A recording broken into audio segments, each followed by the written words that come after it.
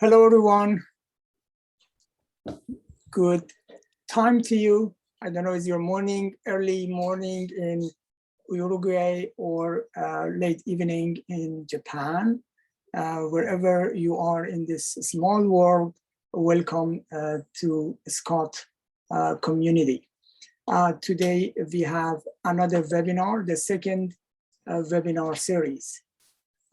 This webinar series is focusing on UNWTO.QUEST program, as you know, and we are with you with the first DMO in the world who was certified by UNWTO.QUEST.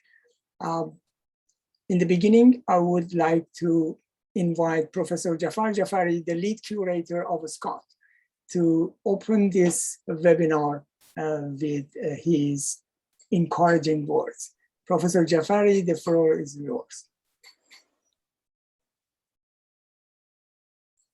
You're muted, Jafar.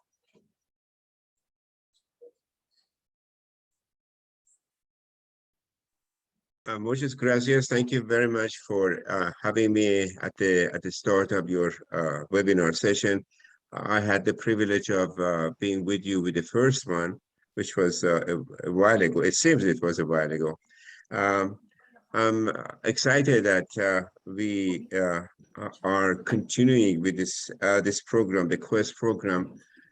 This is a very important undertaking by WTO, and your destination having the honor or the privilege of being among the first ones is something special to be proud of.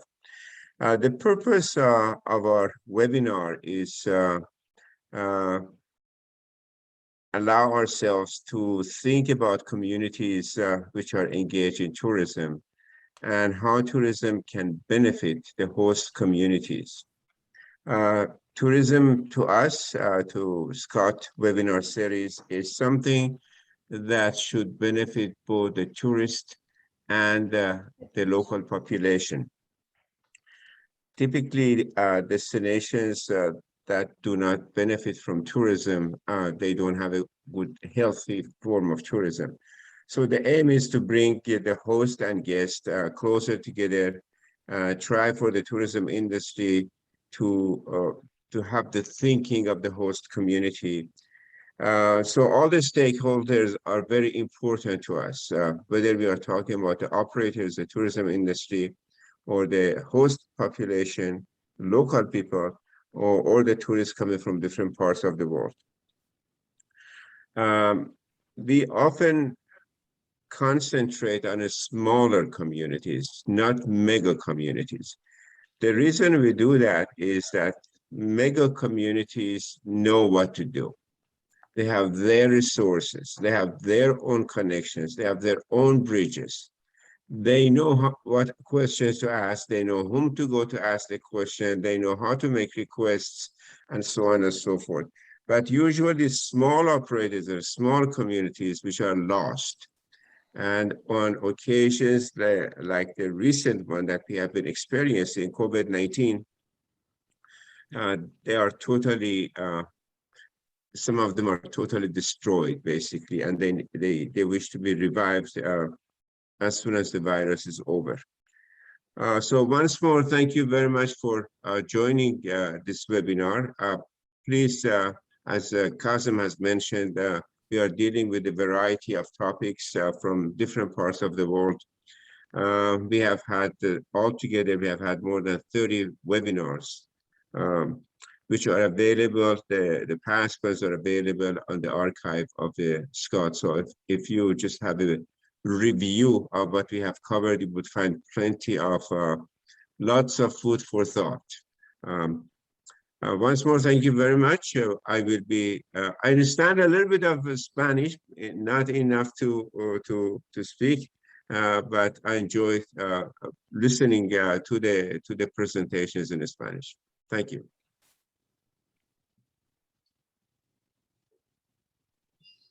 Thank you, Professor Jafari. Thank you for all your insight and for encouragement for this smart community tourism group And we are going to have a coordinator of these small communities in this webinar. And as Professor Jafari mentioned, we have a series of webinars that in this small satellite webinar series, we are focusing on UNWTO.QUEST. Let me introduce Sonia Figures, who is a tourismologist and teacher by training. And she has been doing this for more than 20 years before he joined the UNWTO in 2004. Since then, she worked at UNWTO Academy for the 159 UNWTO member states, the 92 education and training centers of the UNWTO.TED network, and the DMOs of the United Nations World Tourism Organization QUEST network.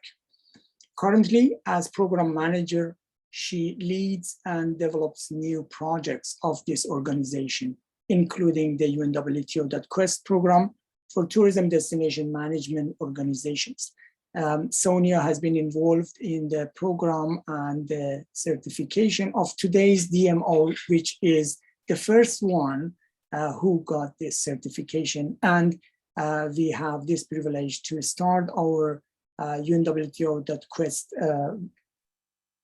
satellite webinar series with Uruguay, where our guest DMO is from.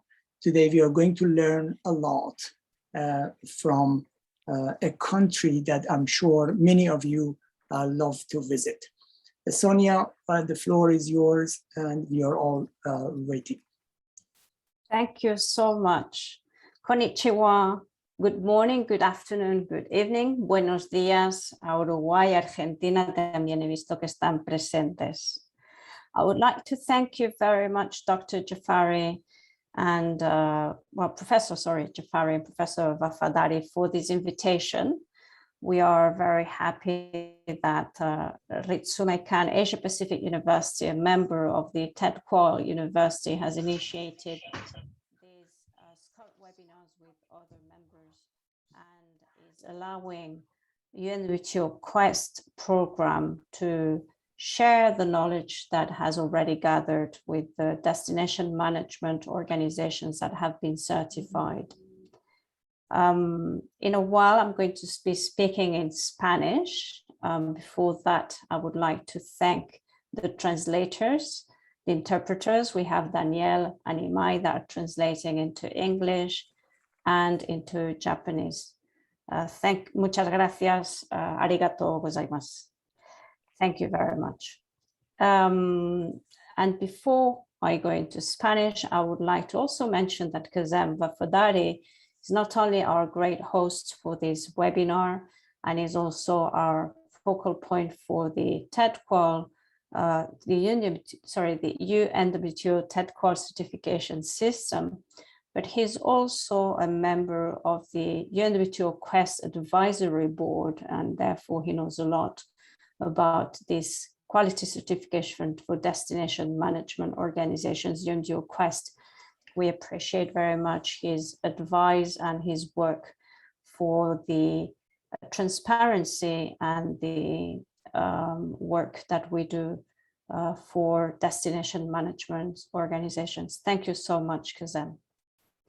Voy a pasar al español y les doy los buenos días, la bienvenida. Good morning to everyone, welcome.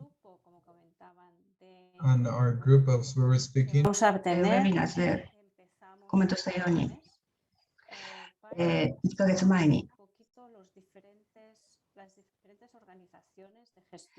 いろいろな気候のプレゼンテーションをする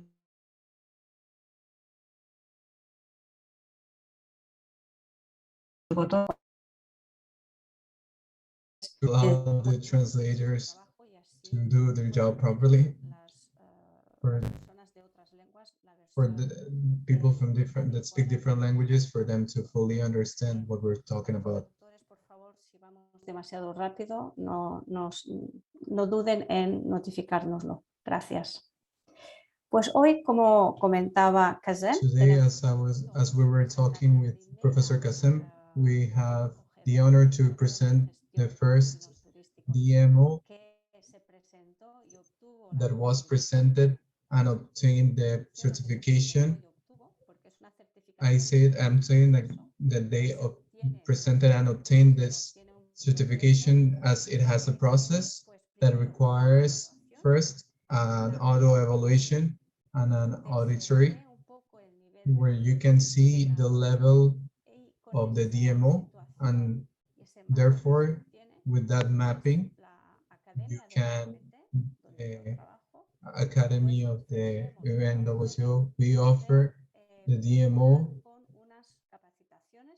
to improve through trainings that we provide, not only the workers of the DMOs, but we also allow the people, the local people that participate in that destiny to also participate in these trainings, to allow everyone to have the same knowledge and the same vision for the destination.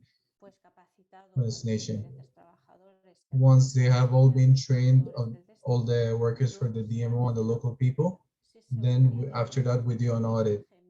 If the minimum qualification is obtained, that is 70%, the certification is given for 4 years. This is what happened and in Punta del Este after this process, and we're going to present about this this destination, Punta del Este.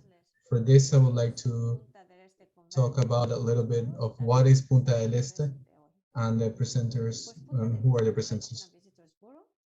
Punta del Este is an ONG that looks to consolidate Punta del Este. De todo el Punta año del Esteを通年理想的で持続可能な観光地として定着させることを試みています。リソースと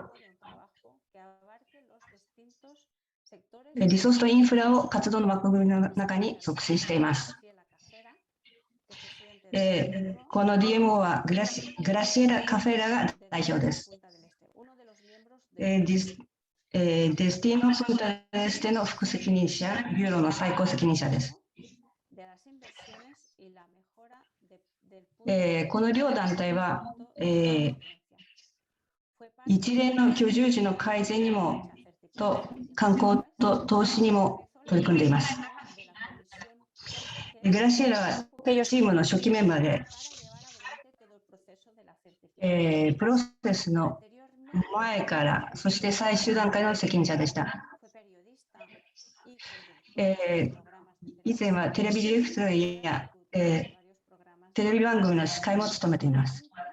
賞も受賞し、今は15年以上にわたり、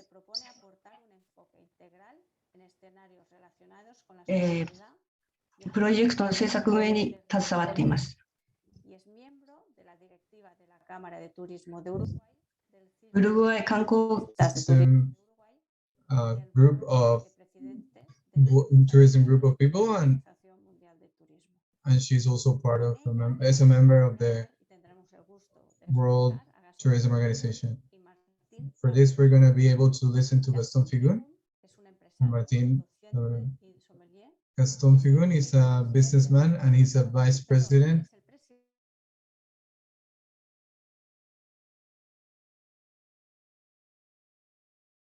founder of Ocio Wine Punta del Este. He is also the director member of the Gastronomic Corporation from the year 2006, and he also founded a school in Punta del Este, and he also participated in a lot of media, like in different web pages and different magazines. And from 2008 to 2012, he manages events for the in the promotion of wines of Uruguay. He has also been the director of economic astronomy, and he has also been economist in the Punta de la Lengua, which is a radio program of Punta del Este. And he has been a judge in many prizes and contests. Martin Laventure, he's currently the general director of tourism of the Maldonado area. In 2010, he was elected as the mayor of Punta del Este, and he has done a lot of roles in this position from 2002. He has also promoted the tourism of Punta del Este, and he's another associate of the Bureau of the Tourism of Punta del Este. And he has been doing this for around 17 years. He was a director of tourism from 2012 to 2002 to 2005. He has been the director of the tourism of the country. He has also been participated in the Mercosur of 1997. Was a member of the. He has been working for a travel market.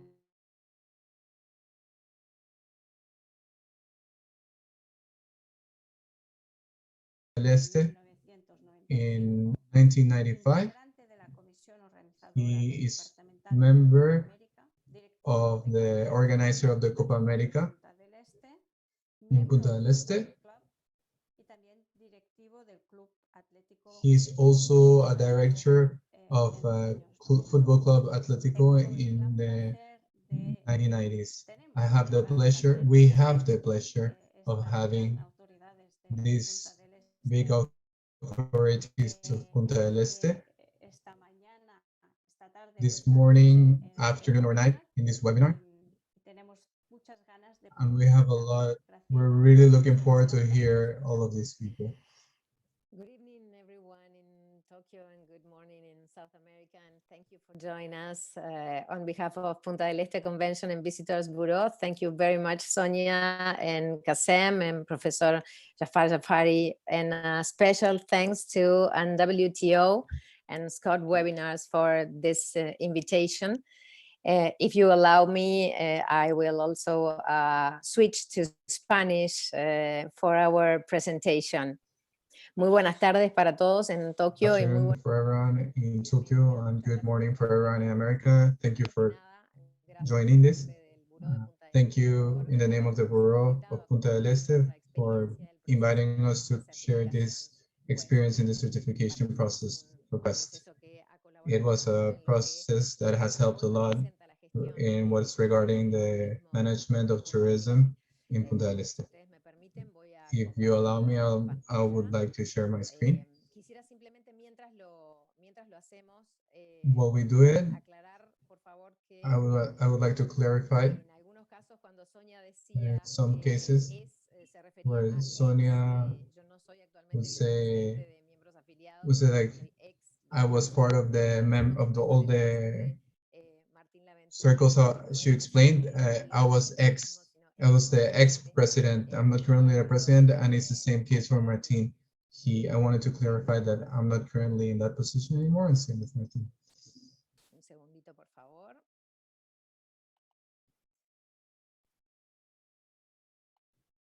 Simplemente corroborar que estamos viendo pantalla. ¿Está ok? ¿Están viendo la pantalla nuestra? Bien, sí. Muchísimas gracias. Bueno, antes de comenzar me voy a tomar... Before starting, I'm gonna take 30 seconds to thank all, because all the institutions had processes behind, but I wanted to thank all the people behind these processes, and I wanted to thank all the organizations that also participated here for this certification. Thank you, Verónica Igoa, José Garrido, Javier Gáez, Florencia Glada, Virginia Romero, Ángela Beren, a Santiago Osácar, a Diana Daniele, a Cristina Bula y a las autoridades que apoyaron de gran forma todo nuestro trabajo. All the authorities that supported in a big manner for this work. I want to thank Luis Gonzalez, and who was the Ministry of Tourism back then, Benjamín Liberó. Que creo que nos está acompañando también, que fue uno de los iniciadores del proceso años antes. La verdad que un agradecimiento muy especial. Honestly, I wanted to thank you all. Thank you all. And currently, there's a lot of people that are currently taking forward the implementation and the strategical planning of this bureau. No los menciono a todos, entonces no nos daría el tiempo para poder continuar. すべての人たちにお礼を言っていると時間がなくなるので、ここら辺でやめさせていただきます。Bureau, the Convention and Visitors Bureau was the first organization to obtain the UNWTO.QUEST, as Professor Gesem was explaining before, as a DMO. And it's important to explain that this certification, what happened before the pandemic of COVID-19, but somehow it helped us to be prepared for what would come. Naturally, our presentation will be based on our tourism as we expected it to be before, and a little bit regarding to how the reality is nowadays and how the industry has changed. What did the certification imply and what were the stages? What were the biggest difficulties and what were the biggest learnings?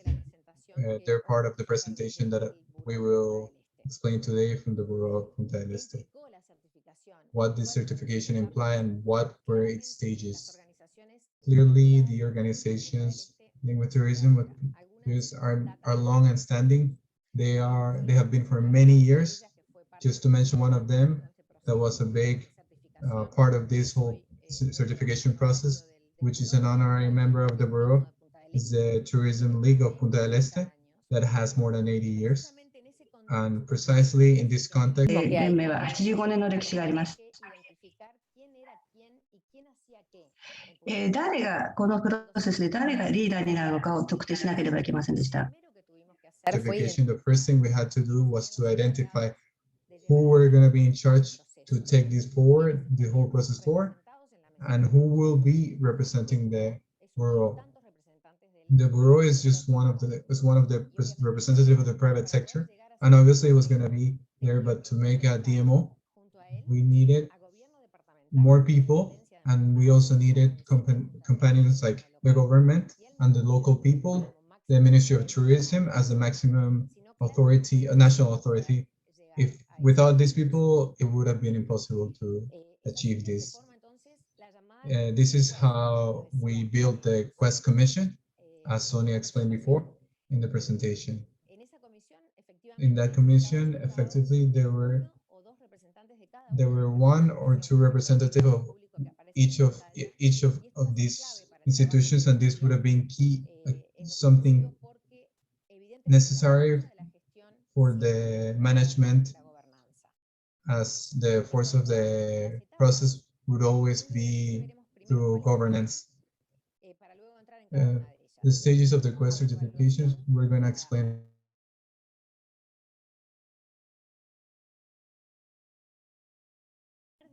First, diagnosis and improvement plan, training days, online monitoring of the improvement process,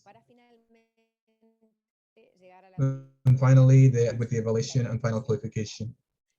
The first stage of the certification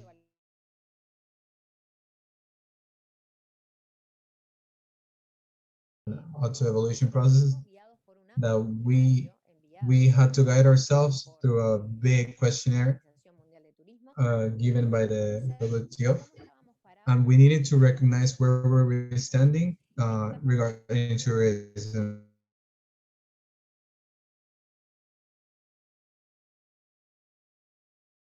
To fool ourselves. And then there were questions like, are we working professionally or we're just being intuitive regarding the situation? We had to identify all the institutions and we needed to know what were they in charge and what were their objectives.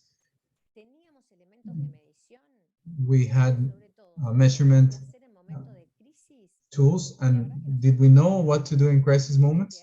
And we would ask ourselves these questions to ourselves: what were our crises?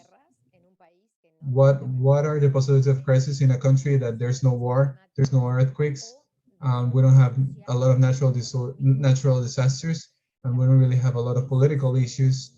Honestly, our crises are regarding to tourism. They could be more related to the opening of frontiers or specific problems that should be solved regarding um, structural problems inside our country, or the limitations of our country geographically, or regarding of the bacteria in our coasts. Nothing would make us think that 2 years after we will enter the worst crisis for tourism in the world.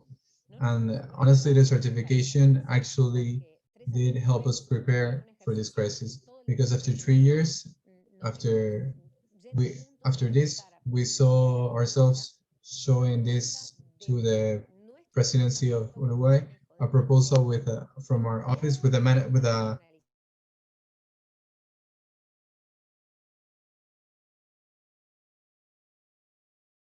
next stage. We're gonna go to the study of the territory and the first assessment at the destination.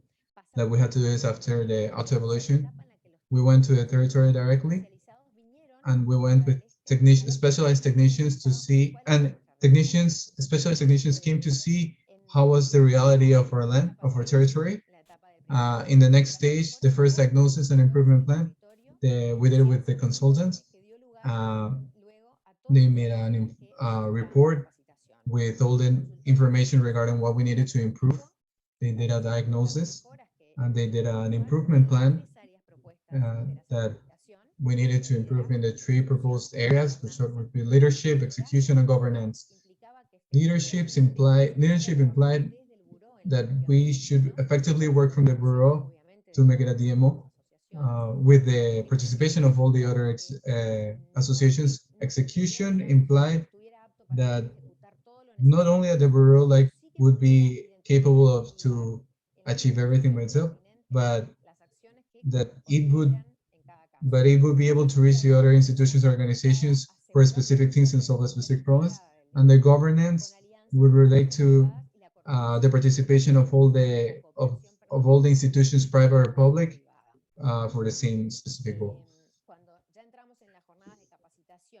In the stage 4, in training days, after the diagnosis,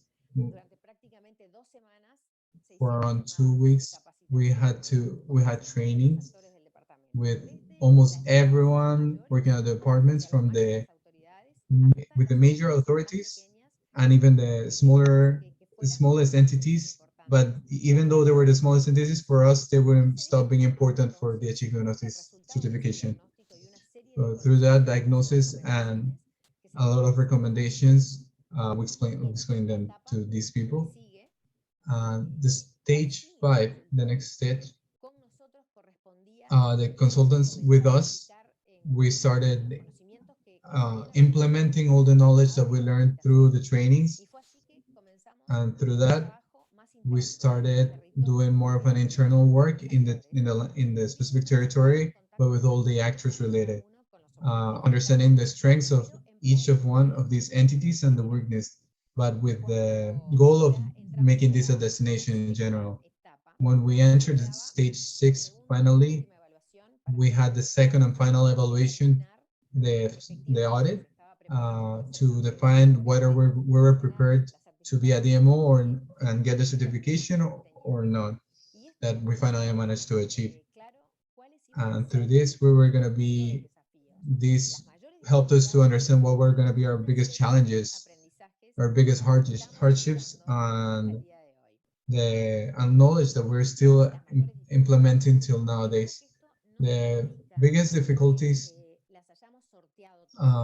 this doesn't mean, like the ones that were written here, this doesn't mean that we managed to solve them all, but like we're also working forward to solve some of the ones that are written here. But one of them, for example, is the construction of existing mental models, like giving up on mental models that wouldn't work that we implemented for a long time and didn't work, and we need change. We need a change. We understood that change can make a difference between a good management and bad management. The real empowerment of organizations, as organizations are the institutions that actually last while people change. So we needed to have a specific goals that should be linked with the major goal of us for the DMO. And this is one of the most important elements, one of the most important things we learned. Generate tourist observatories. Through that certification, we really understood the importance of those observatories, like a tourist observatory, like for us to be able to actually measure and compare the change. But after they were created, that actually showed so much more importance as it showed the results and like the concrete results of these observatories. We all still are doing. Gobierno departamental fundamentalmente de la mano, el Ministerio de Turismo, la Liga de Turismo, la Cámara de Maldonado, entre otros actores para マルドナルド県の、観光連盟、各機関にあった、モデルを作成しました。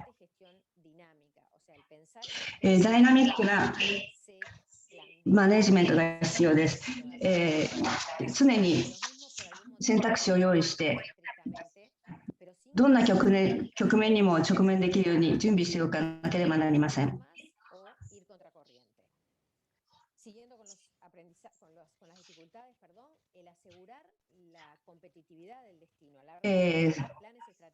長期的に競争力のある、観光地にしていくためです。Plan and the strategic plan. In this case, it was a 5-year-long plan. If that was a key step for us.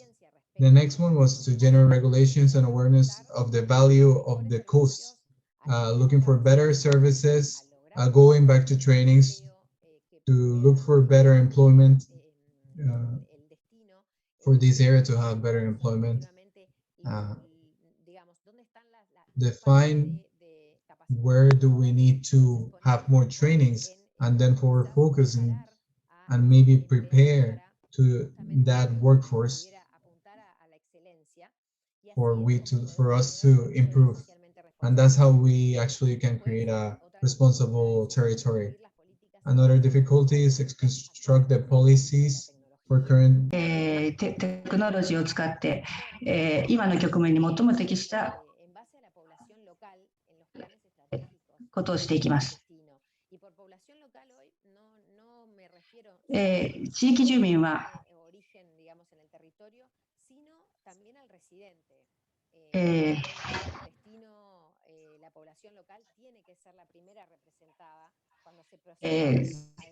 地域住民は、観光者を、直接に迎え入れます。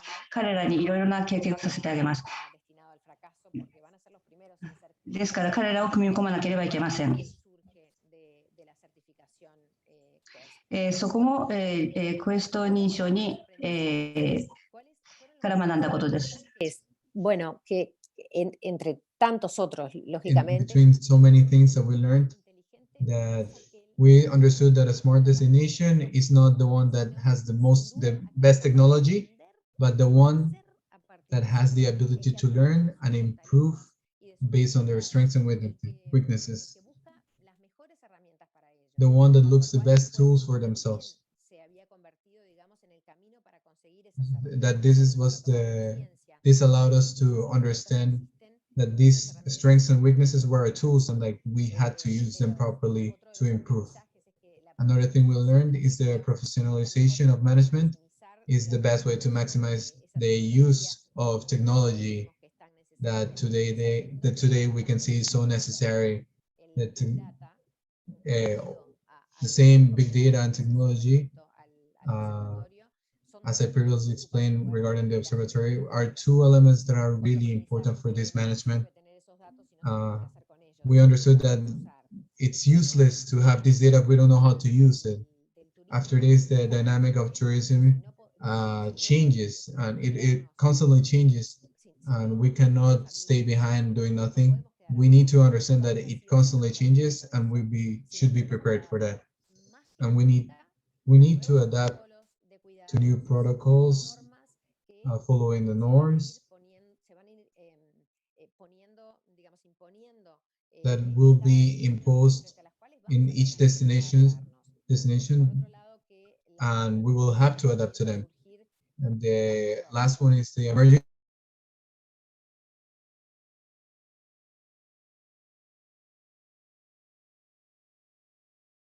But we need to prepare in an inside manner, being more creative, like trying to make use of our strengths. That's why I was previously explaining that we need to pass from intuition to professionalization. Any organization linked to the management of tourism must quit like working in an intuitive manner and start planning, like training themselves based on methodology, new methodology to get new results, to get better results. And if these ones do not give results with the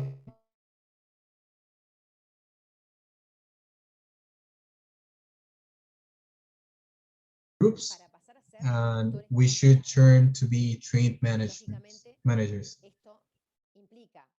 Natural, this implies moving from competition to cooperation. That the competition is not inside the same destination between the different business people. It's not the businessman in my same industry that I'm competing with, but in reality, like we're actually competing to people outside Uruguay, outside the region. That's the real competition. So that's why we should start working between ourselves. We should cooperate, and we should start seeing this destination as allies, to compete towards the extra region. And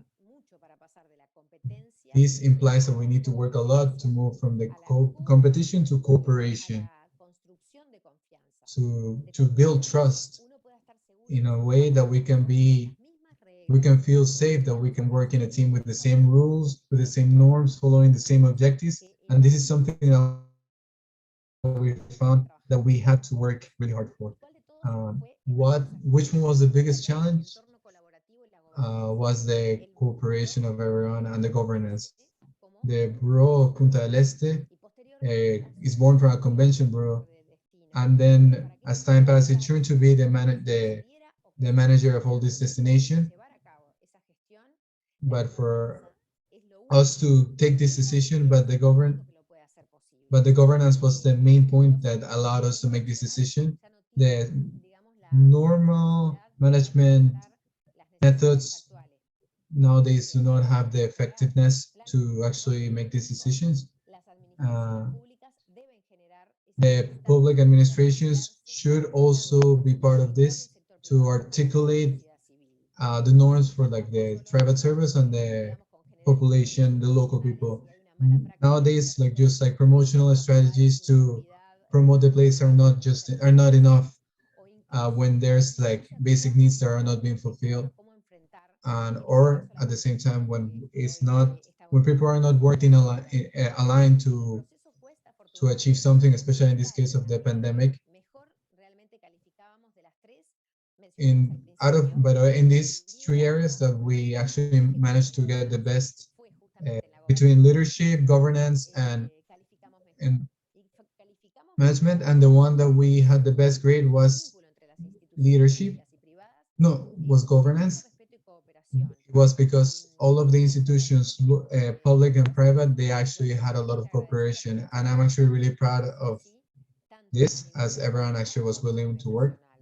And I'm proud of this in a national level and international level. So it's really nice to say that we're able to sit on the same table working with all the local people and all the institutions that are part of the bureau, and the institutions that are not part of the bureau. Naturally, they imply a learning slope that we're trying to improve, that you will see forward when the tourism director Martina Ventore explains. he will explain about this improvement of work. In reality, this idea model does not exist, and this is something we learned through the certification. The ideal model is built, and how we should do it. Well, we should go back and study the models that have the most achievements, the most successful models, and like check what we can get from that model. It's not only looking at the model, but like 自分たちの周囲を見て、自分たちに合うモデルに変えていかなければいけません。パンデミックに直面してウルグアイは最もよく対処した国でした。it was also because of our own parameters, and we were ready, a little bit more ready for it.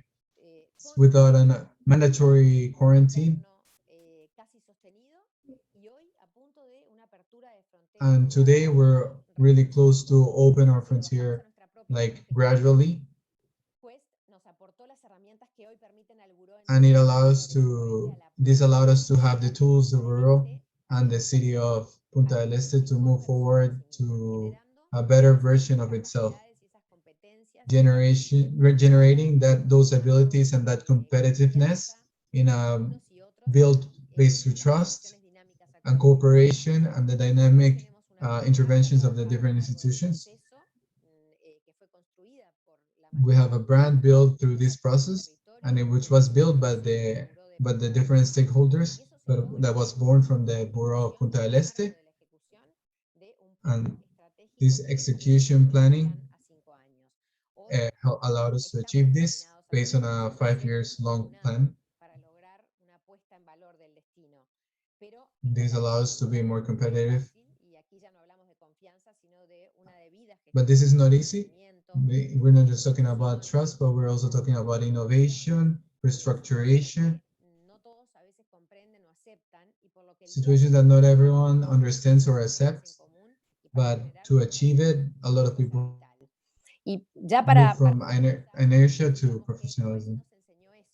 And to finish, we can say that Quest taught us all of this, that the ideal model is the one that you can build through time, a model that can be built through your own strengths and weaknesses. And if we have to change in the way because the environment changes, we shouldn't be scared of doing it. If we have the tools to do it and we work them properly, especially in a consensus, we're going to be able to achieve that model.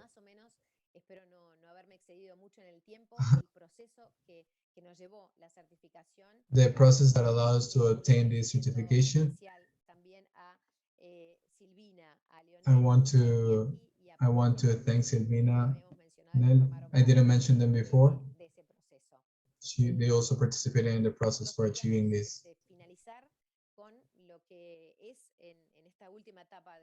We wanted to end with what is the last stage of the bureau, which has been the generation of the brand, which is a decalogue of what we did with the good practices. We have got into this final brand in which all the local people and stakeholders participated too. I want to thank Claudia.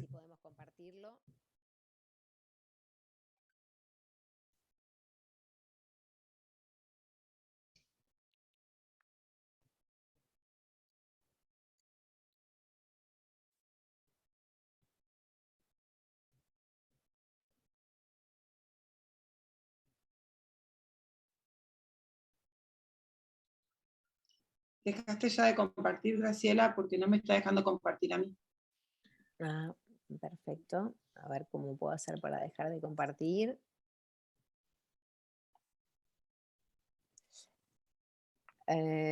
Aquí en la pantalla pone que Claudia está empezando a compartir. Ok, bien. Gracias, Sonia. Solo un momento.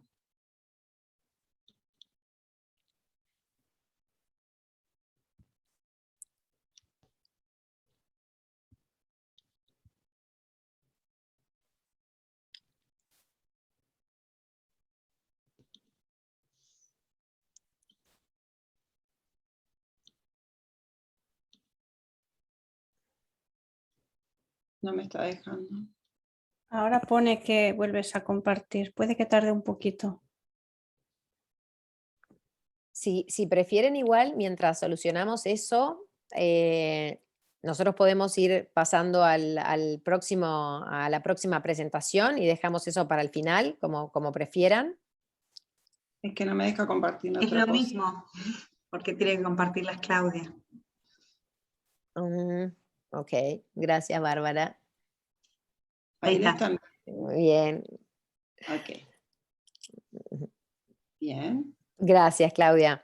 Bueno, y aquí, From here on, como los tienen en pantalla, vamos briefly, a as you can see on the screen, we're going to move to the decalogue of good things that we learned to this, good practices.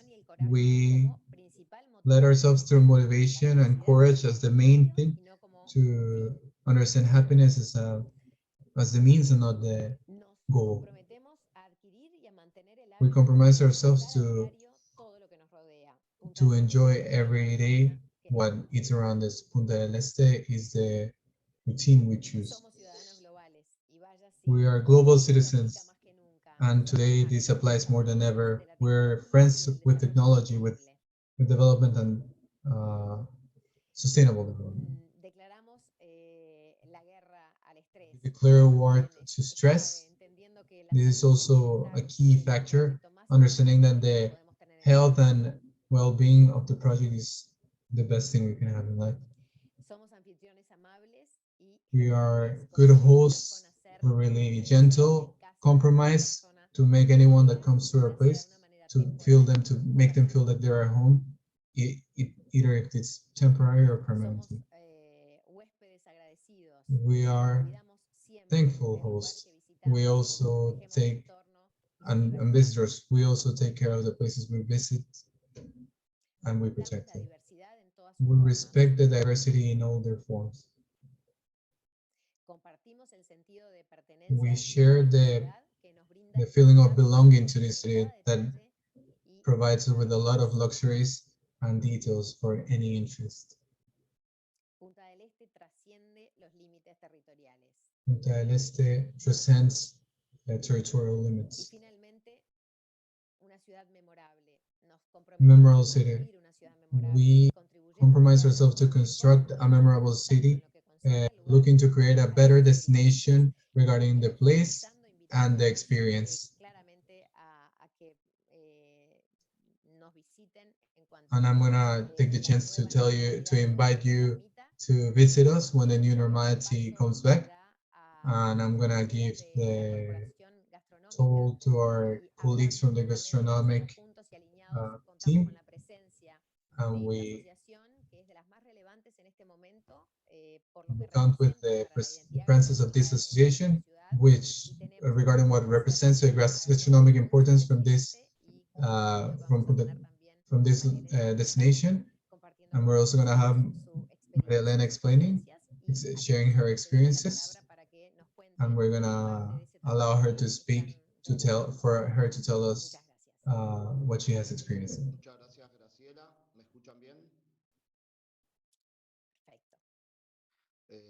Bueno, good afternoon, konnichiwa.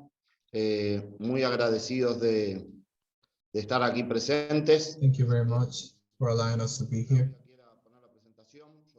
When Claudia starts sharing the presentation, I will start explaining my story, our story, and at some point I'm going to invite Maria Elena for her to deepen it's something that's really important for us here.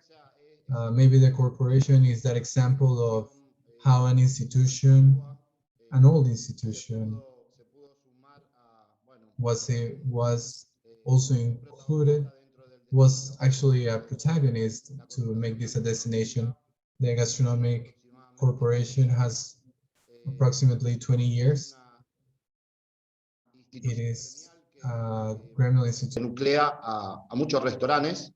レストランが中心となった集まりです。Como dijo Graciela, 100ほどのレストランが会員になっています。プンタデルエステだけでなく、いろ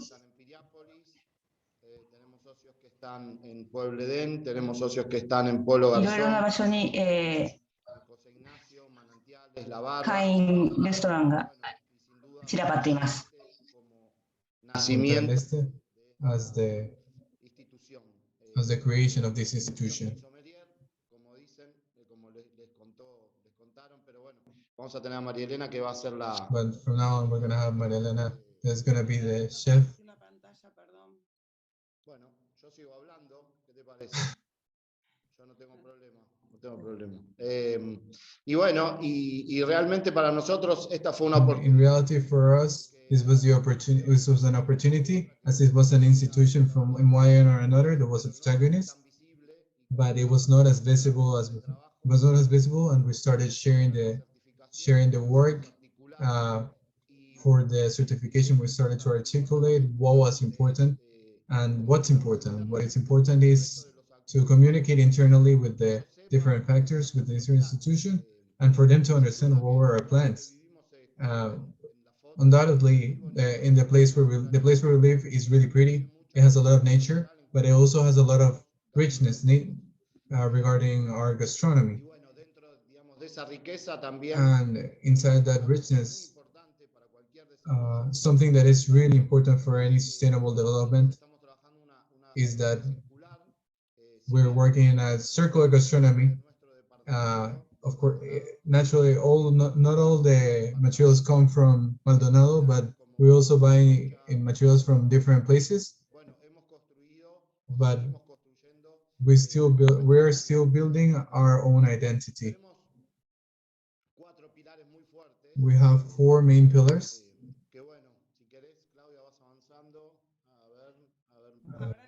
Continue, Claudia.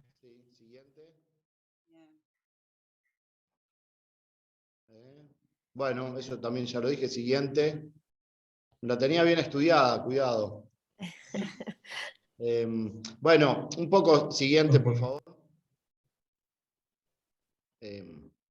Bueno, ahí habla un poco de los empleos directos. Well, here we're talking about the number of employment that this industry provides and controls, mainly during the summer peak. That is like the most important peak season for us. We know through different questionnaires and surveys that we have done in these projects that this is the most important time, and that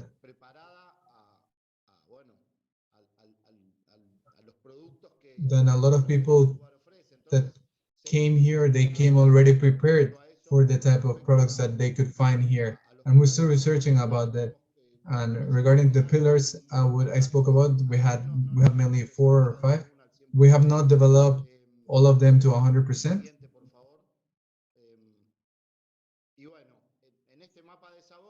In this flavor map, I'm going to explain a little bit what we're saying. We're building, these are 3 projects that are quite solid. The first one is olive oil. We offer our clients olive oil, extra virgin olive oil produced in Maldonado of maximum quality, and it's really good.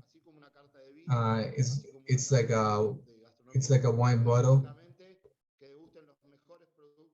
It's one of the best products that we have in this area. Dentro, digamos, de esta carta, siguiente, por favor. Inside this, we have a geo-reference for you to have, where you can visit these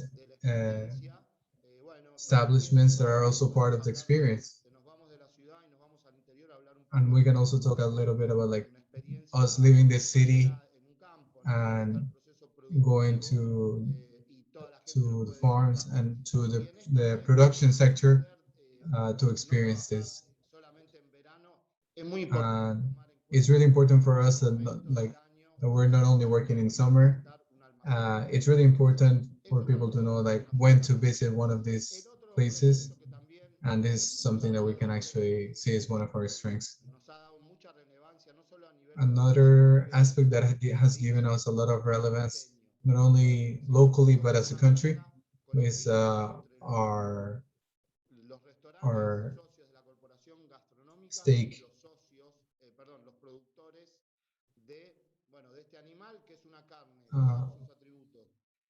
goat steak that we have, that we raise it in a really nice environment, and we keep making it bigger, the gastronomy of this area. And for people to understand, there's a lot of treasures still to develop in this area,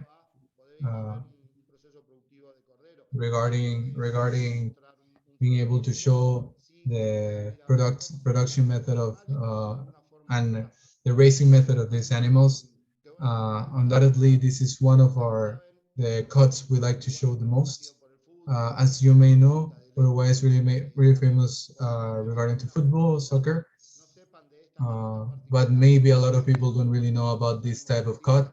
And we know in other places in the world this exists, especially like in Spain, but we're also really looking forward to offer this product. Como que les conté, entre la sierra y el mar, una As I carne said, muy sana, por favor, siguiente. Bueno, hemos hecho un recetario, hemos hecho we have done a menu like the one showing here. Bueno, y este es uno también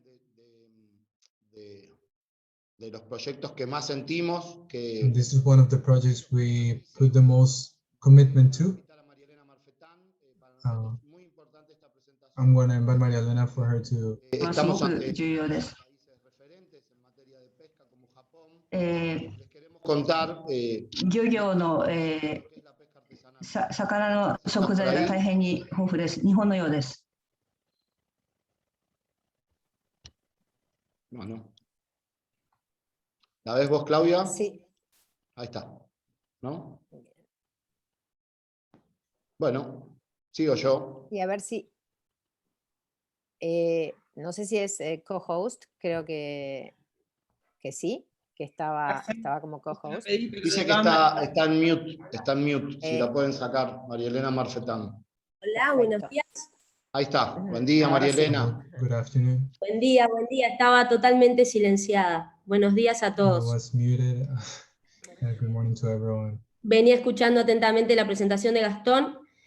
Y sí, la pesca es un debe en nuestro país, un país que tiene más territorio marítimo que terrestre, y nosotros tenemos la dicha de vivir frente al mar con una riqueza en nuestros mares súper abundante, pero comemos muchísima carne, entonces uno de nuestros objetivos es revalorizar el consumo de pesca. Y para eso lo primero que tenemos que hacer, nos basamos en este pacto oceánico que se llama, y tiene 3 pilares fundamentales. Lo que les decía, lo primero que tenemos que hacer es capacitar y vincular a toda la sociedad a que conozca, sepa más y se involucre más con el pescado. Entonces hemos hecho carteles respetando vedas, sabiendo qué pescados, en qué épocas del año, y tratando de capacitar e informar a la población local, primeramente para después poder brindarles ese conocimiento a nuestros turistas. El segundo pilar fundamental tiene que ver con los pescadores, y aquí es donde nuestro compromiso es mayor, es decir, es una actividad que mueve muchísimo trabajo, da trabajo a más de 400 familias solamente en el puerto de Punta del Este, pero tienen ahí una necesidad de ayuda para poder cambiar leyes y algunos compromisos que ellos deberían de tener también con el medio ambiente para hacer de la pesca una actividad más sustentable y que cuidemos más nuestros mares. Y en eso estamos muy comprometidos y los acompañamos a reuniones y diferentes cosas que tienen que pasar para que ellos tengan un mejor trabajo y una mejor compromiso con el recurso. Y por último, el tercer pilar, que particularmente a mí es el que más me gusta, y creo que a la corporación en todo su conjunto, es si queremos cambiar los hábitos de consumo a nivel nacional, que son 98 kilos de carne per cápita contra 7 de pescado, cuando el pescado a nivel mundial son más o menos 20 kilos per cápita. Nosotros comemos muchísima carne y es porque la carne de Uruguay es muy buena, no se la pueden perder. Pero tenemos que educar en primera infancia Y así que hemos hecho un piloto en un centro CAIF en el 2019, cuando la pandemia lo permitió, educando y capacitando a nuestros niños y a la cocinera que les hacía de comer en el centro escolar, y yendo los cocineros, yendo con los pescadores y difundiendo más de qué se trata esta actividad. Y bueno, en la corporación solemos decir que nuestros sueños son grandes, y este es un sueño que nos compromete muchísimo y es muy grande, y seguimos adelante con esto, y viene teniendo sus resultados y estamos muy contentos. And we're achieving some results, so we're really, really happy about it. Thank you very much, Maria Elena. As I was telling you before, please notice that we're not only in our comfort zone, trying to share experiences, but we're looking to propose a conjunctive work, not only with the bureau itself, but with the people that provide the products to us. But that's why all of us, we have a really, really big dream that we want to stop being an emerging gastronomical destination to be an established one. We want people to come and see it, to think as a gastronomical destination. We also have an annuary that is shared every year for free in every single restaurant for free. So where we show everything we have achieved through a specific year, but the proposal of each restaurant in the area.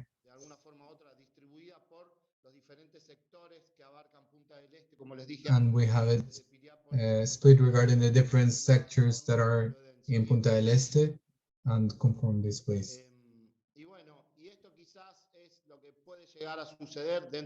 And this is what may start happening really soon. We have a festival about aromas and taste. It's the most antique festival regarding gastronomy in Uruguay. It's one of the most famous ones in the region. It's a festival that recently we started inviting referents of gastronomy. 私たちの食材を知ってもらうために、この国にしかない食材を知ってもらうために、開かれたミーティングで、いろいろな国からたくさんの方々が来てくださいました。There has always been people from Spain, from France. We always try to learn from the basis of gastronomy, but making a lot of emphasis in Latin America. In this year, the 11th and 12th of December, we're going to do a festival with more of an internal message.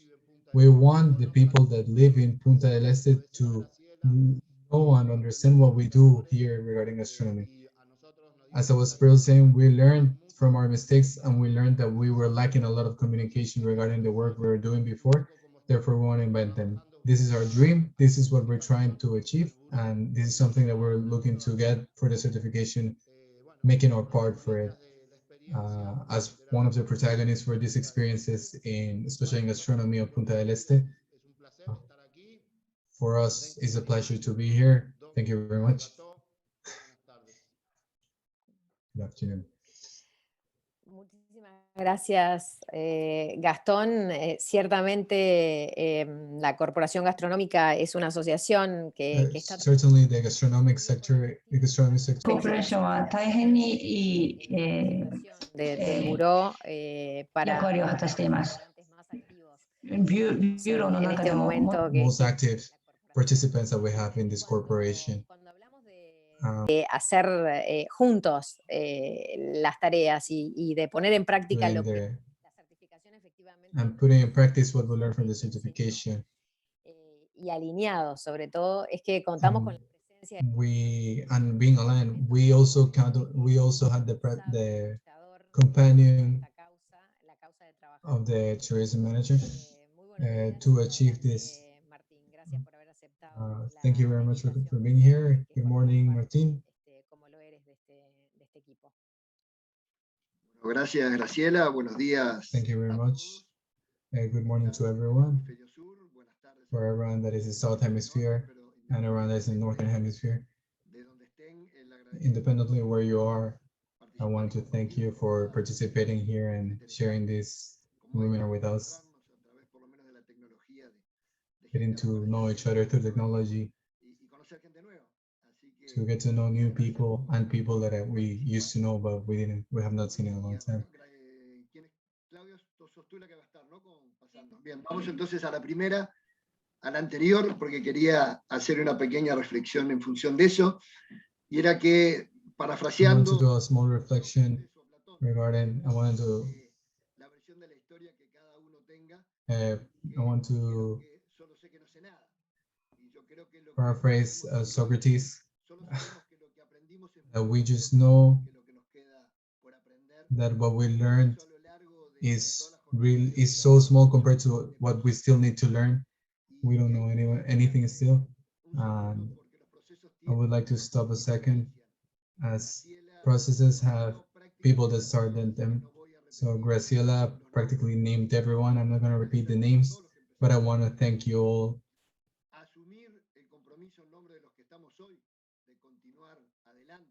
そして、継続していかなければなりません。前進していかなければなりません。Thank you very much for assuming this role to achieve this, and I'm really happy for the people that are going to come after us to improve this even more, as this is what everyone, this is what all of us really want. We want people to continue what we did and give them the toll at some point. Y tiene que ver con esto que mencionábamos recién, digo, y creo que se ha dicho también a lo largo de la jornada. Uno de los mejores aprendizajes one of the main things that we learned, it's regarding this pause that we're having, and I actually believe this pause, it's kind of forced, but this pause allowed us to look for the positive things that we have, and it allowed us to take advantage of this time to improve a lot of things that we have and to rethink about the current situation inside our country. And this has given us the opportunity to create something new and to confirm that we need to do it together. This process of the certification process we never imagined that it was going to help us to be ready for a time like this one, but now we're working together thanks to it. We need to rethink how can we create sustainable governance, and we want to refer to something that was said before when we were doing the auto-evaluation for the certification. We got a really nice qualification for governance. We didn't get that good of a qualification for leadership, execution, but I think it's something characteristic from people from Uruguay, that we have the ability to sit down, we have we are able to listen to others and to try to help others, but I think we're not that good in execution and to assume leadership, but that's something that we need to challenge and we need to improve. But our governance but our governance and execution needs to improve. This is our biggest challenge, because I think this is what we have to. 私たちは受け入れて、具体化し、and we should apply everything we have learned till now. The sustainability for this destination is one of the pillars of this project today more than ever, and we look to deepen this. We need a management that has to transcend to the local people, and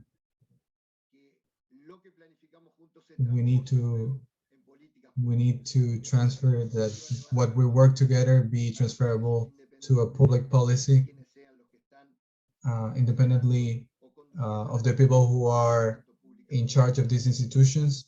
this has to continue, is something that institutions need to enforce. Seguimos, este es el titular y ya lo hemos manifestado más de una vez. Ese compromiso conjunto. This conjunctive compromise, this post-pandemic time has us compromised with a socially responsible territory, looking for the sustainability of the environment and the economy. When you talk with friends and everything, we need to repeat our terms, but it mainly is for us to look for coherence and to align the main goals. That's why I wanted to especially give an example, the Gastronomic Association, as they have mainly achieved this compromise, including everyone. And this is a clear example of how we would like to work. As Gaston previously explained, as Maria Elena, they are aiming for this. We need to be aware of our food culture. It's not a small topic to talk when a specific industry transcends what they're supposed to do and achieve things that go way beyond them. We also need to incorporate technology and innovation, looking for it to be a smart destination that at the same time should never lose its nature, and its friendly environment. We don't want technology to make it like a cold place. We want technology to help us develop it, but keep our friendly environment.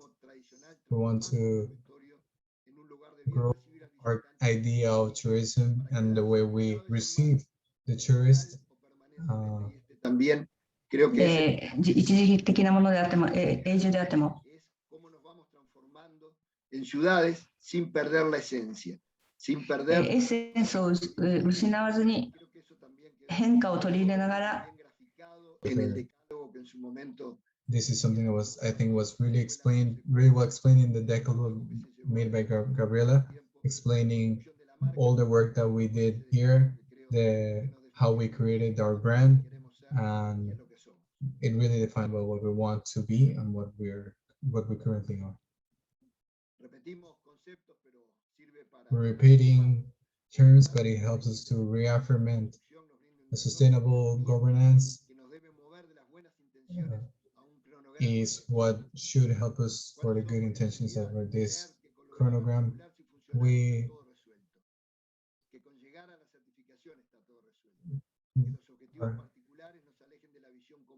don't want to believe that getting to the certification means that everything is solved. We still need to improve considering our potential, and we should still look forward to get to our best version and be a destination that is proactive, innovative, and improving the quality of life of the local people. I want to really emphasize the term to be proactive. We cannot wait for things to happen. We have to make things happen, and this is something that we're really looking forward to.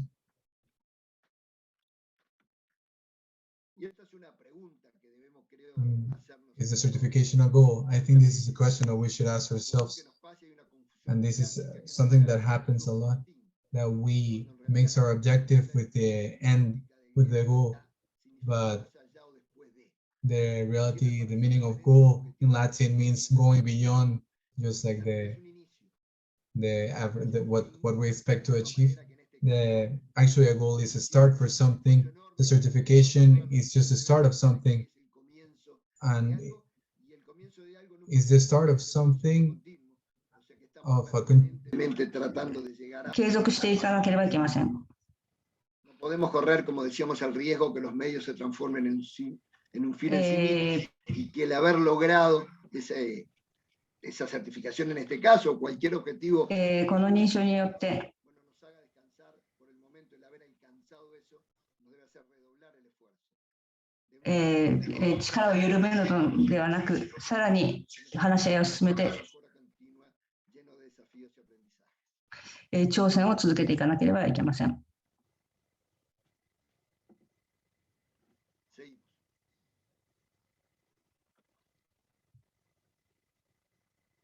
¿Cuáles son nuestros valores?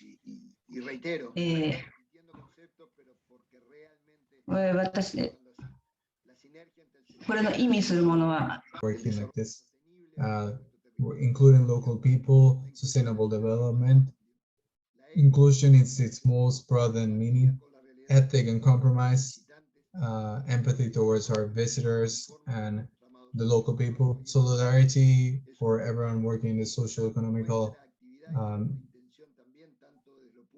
aspect, like including all the public and private entities for the income to be shared. If it's for the tourists, like income that comes from tourism to be shared through all these institutions. Not only to think about the tourists that come visit and like they choose us as a destination or as a place to live, but thinking about the local people and thinking about how we want to build this society, this integrated society, this inclusive society. And these values, we share them. It's not just limited to a place. These are values that define us as a society. Se ha marcado un rumbo a la definición de nuestro objetivo, alineado, como decíamos, también con los objetivos de desarrollo sostenible en su sentido más amplio. Sustainable development in its most broad meaning, we look to achieve sustainability in every single manner of it.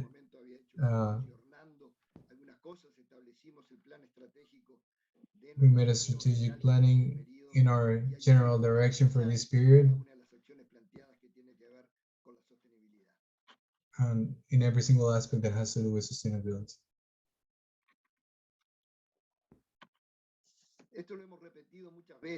We have said this many times.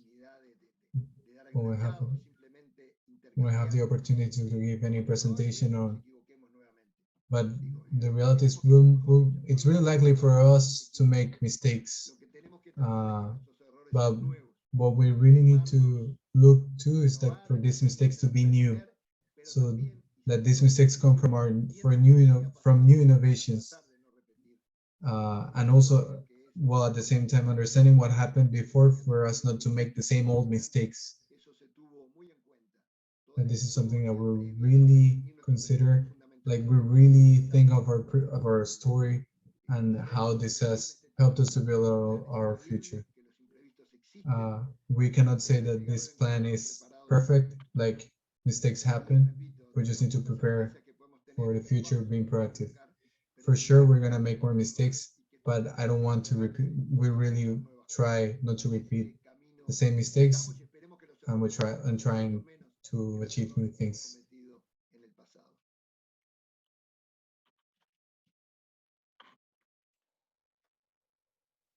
Prevención, anticipación y prospectiva. Prevention, anticipation, and future. And we look forward not to work in the same way as we used to do before.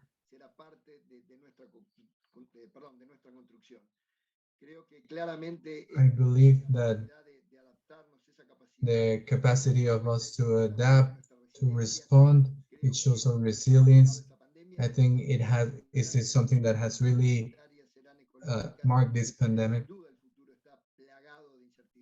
But as you can see, the future is just full of things that we cannot really prepare for. Si nos acostumbramos, como decíamos, a trabajar juntos en función de objetivos comunes.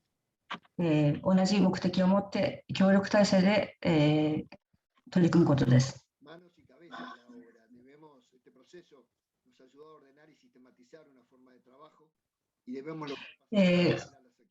仕事をシステム化することです。そして正当にすることです。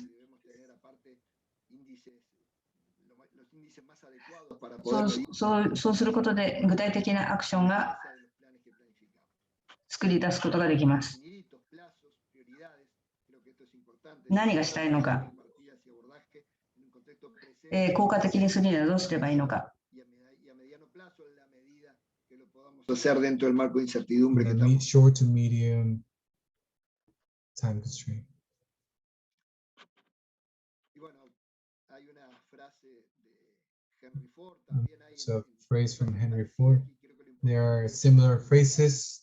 remarcar el concepto que ir It's juntos es comenzar, the mantenerse moving together is to start, staying together is to progress, and working together is to succeed. lo que se ha hecho antes, This synthesizes what we have said before. hacer ahora This is exactly what we want to do, what we want to do now, hacia el futuro. and this is what we need for our Quiero future. respetar los tiempos que nos hemos fijado, así que por más que tenemos muchas ganas de seguir conversando, I would, of course, I would love to continue talking, but I think it's really important to still listen to the other participants. So I'm just going to finish it now. Thank you very much.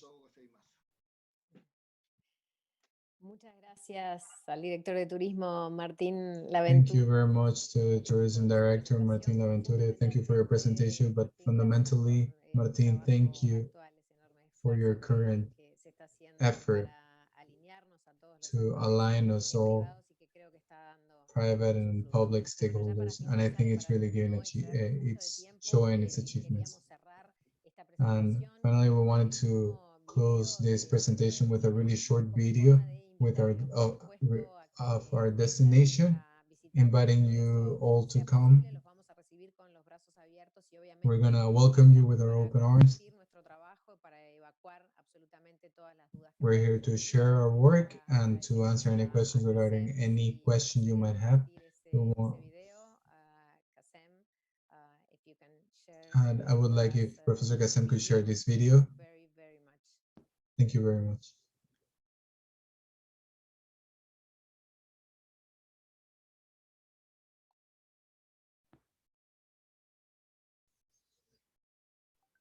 Thank you all.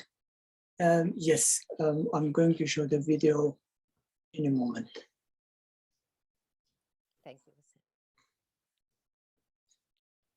If you allow me, just before the video, I have one appreciation, which is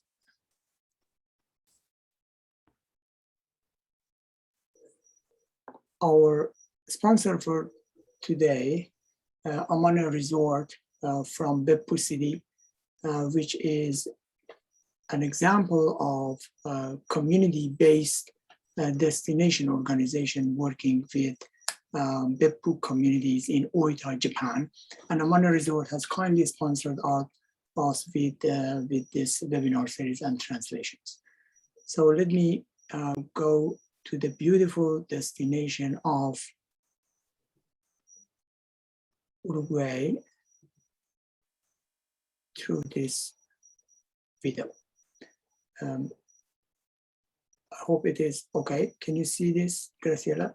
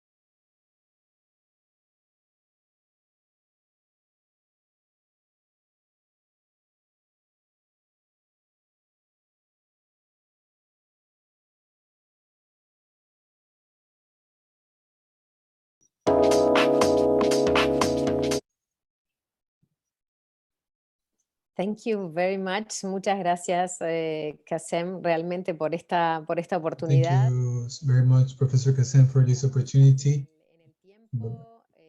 We're almost at the end of our presentation. We're just here to answer any doubts or questions that you may have. Hay una sola pregunta de momento, aparte de las There's only one question at the moment, apart from all the congratulations. So thank you very much for the presentation. I wanted to ask about the plans of sustainable tourism in the Bureau and the integration of the tourism regarding the stakeholders related to the local area. Thank you very much for the question. Well, we are working in relation with sustainability indexes with the city of Maldonado. We're doing a diagnosis regarding the sustainability, looking for Punta del Este to be a smart city and looking and transform into a digital time. We have made a lot of surveys, a lot of questionnaires of the local people. This survey was public. Que estaba realizando el diagnóstico, la cantidad de gente que le respondió, obviamente. たくさんの人たちが参加してアンケートに答えてくれたことにびっくりしています。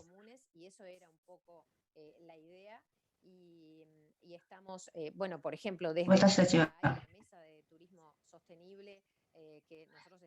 連盟の中には Sustainable tourism, where we can start to articulate and have a lot of meetings with the league to discuss how can we apply the way we're doing the work, defining the Bureau as an organization, as a destination, to manage the destination, but this doesn't mean that the Bureau is going to do the job itself, but it integrates the other institutions, understanding and mapping who does what and what's the role of everyone. Mainly our job is to articulate and organize the role of each organization. From that point of view, based on that, we want to invite everyone that's not part of the Bureau that could be related to participate with us. And we also work with the municipal city office of Maldonado, and working with every single association. In the case of the league, which is the one that has the strongest link with us, they can anyone can actually really go directly to the league and start working with them. If there's any proposal, anything they're worried about, they can go directly and talk it. And they do not only need to talk it with the Bureau, but they can speak directly to the league, and those things could be fixed.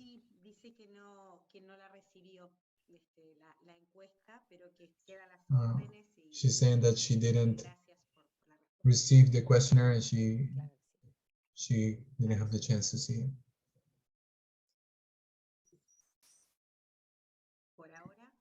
If I may interrupt, I would have some questions. Sonia? Yes, please. Okay, I just got some questions directly to me and I tried to classify them. So I have a few questions that I would like Sonia to direct it to the speakers. The first one is, what are the weak points that you discovered from your performance and how you are planning to improve before recertification of UNWTO.QUEST again? Muy bien. Kasem, le gustaría saber un poquito qué son los puntos que necesitáis trabajar más, considerados débiles, pero que tienen, digamos, pues una posibilidad de mejora, que descubristeis durante el procedimiento de la certificación. Bien, muchísimas gracias. Thank you very much, Kasem, for your question. Well, I think in the presentation we explained this a little bit, which ones were one of the biggest challenges we had during this time. I believe that the ability to align ourselves in this work and the ability to study to work in the same table, to coordinate where every single one of the associations and institutions where they can actually share what they're really doing, what their personal objectives, is one of our biggest challenges, as it is not just a problem from Punta del Este, but communication is something hard to achieve. And I think the Bureau is in process to achieve this based on the idea of working in an aligned way and trying to do it as many DMOs do it, looking for based on aligned with the tourism, with the participation of the government, and somewhat leading it in the country. And another hardship we also have is to accept that we need to deconstruct mental models that we had before. We do not need to follow a specific model. If we notice that a model won't give enough results, we cannot impose a model, but this has to be accepted by the community and by the different stakeholders. And if that is not happening, if there's no agreement from everyone, we need to remanage the way we're doing things. And this is something that I also think we are somehow improving. And finally, the ability to innovate, to challenge, and to rethink our ways of working regarding rethink the way we work regarding the new pandemic. It's like a world war that has affected the whole country. So the ability to rethink, give new solutions, reinvent, understand that the current circumstances have totally changed. That's a key point we also need to improve. And the certification is something that has helped us to achieve this. I would like to add to this question. Before is one of the pillars that are required is the ability to create your own crisis plan as a DMO to manage the tourism. Before there were crisis plans, but they were really specific for the destiny. For example, the places where would be more likely to have earthquakes, they would have more plans regarding earthquakes. Then it will be the same case scenario for places that are more likely to suffer from natural disasters. But the case of the DMO, but now we hear from the DMOs that their crisis plan that they had actually helped them a lot in the current situation, and it helped them to make it even bigger, to make it more adaptive regarding the situation. In the way, helping them in the work they work with their associates, including different institutions. And this has allowed them to help not only their own destination, but different destinations. And it has broadened their reach, creating more networking. Not just because it wants to be achieved through governance, but because everyone understands that it's a must. Before, people used to think that it was an optional thing, but now people understand that it is necessary. I would also like to add something.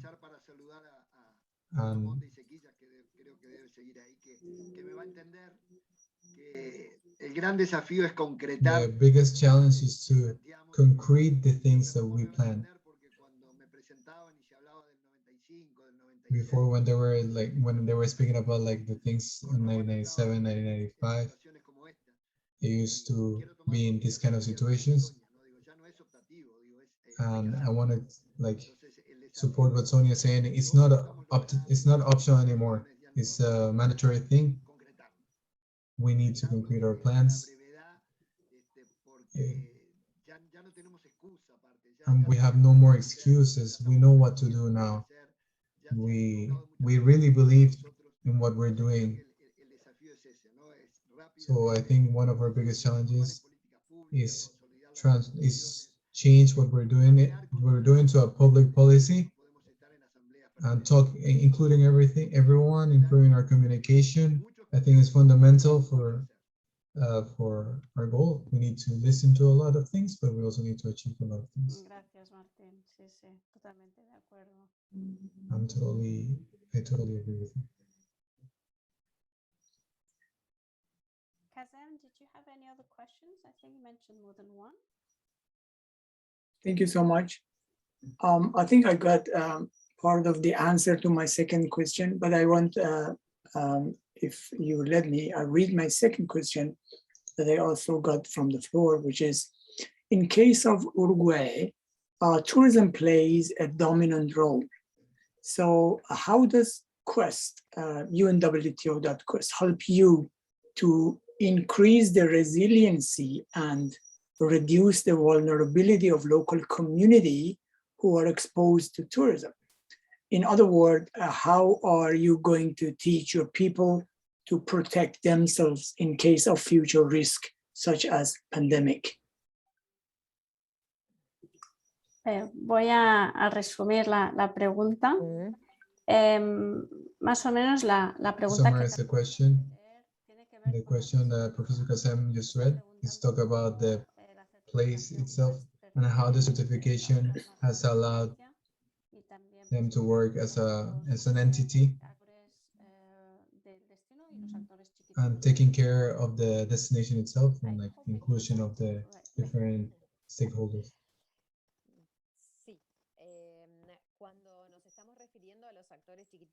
When we're talking about the stakeholders, smaller stakeholders, I think in a way we can really refer to the small and medium-sized companies that are the ones that really manage the whole economy of the place, not only the local people.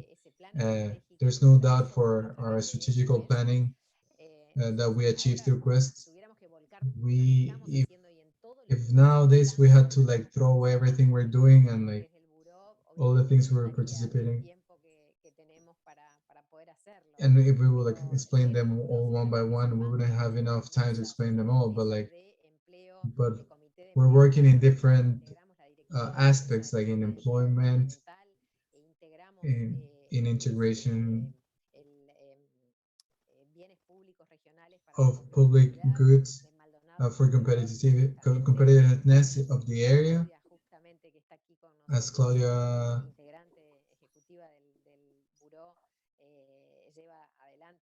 this is one of the things Claudia is taking forward.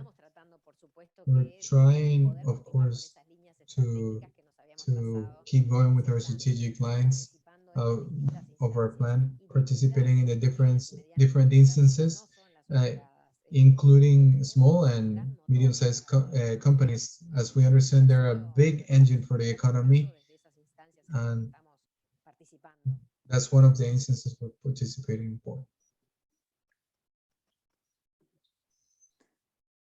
Thank you so much. I know I'm talking too much, but I would like to ask another question that I'm representing the floor, which is, in what extent your stakeholders are aware of QUEST certification and its benefit? So what are your plans to raise awareness about UNWTO.QUEST certification program itself among your stakeholders? Está preguntando, bueno, está leyendo otra pregunta en relación a los actores. The question is related to the stakeholders. Los actores de Punta del Este saben If the stakeholders of Punta del Este know about the QUEST certification and what are our plans to make it more known by the stakeholders of this destination. I need to recognize that is something that we must do as a bureau. It's one of the things that QUEST taught us is not to lie to ourselves. I think the role of QUEST is known mainly in the associations that participated in this program. But it's not a job that it's not a work that we have expanded enough to really continue forward. That is mainly because of the pandemic, we have had to accommodate ourselves. But we have already started in some instances, in some meetings of the Bureau. The main topic was the certification quest. After that, it will be part of every single one of the associates to share this even more, while at the same time spreading the information. In addition, we will also be able to understand the response from the different departments, from the different entities. It's something that we have proposed, and we have done it with the Municipal Office of Maldonado, and it's one of our immediate goals. Complementar un poco lo que decía Graciela. I want to complement what Graciela explained before, and also a previous question. I also think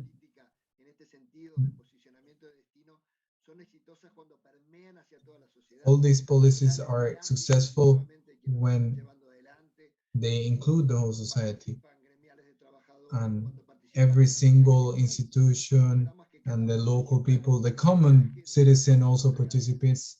That's also one of the main things that we must do. We must include every single actor, every single stakeholder to participate here.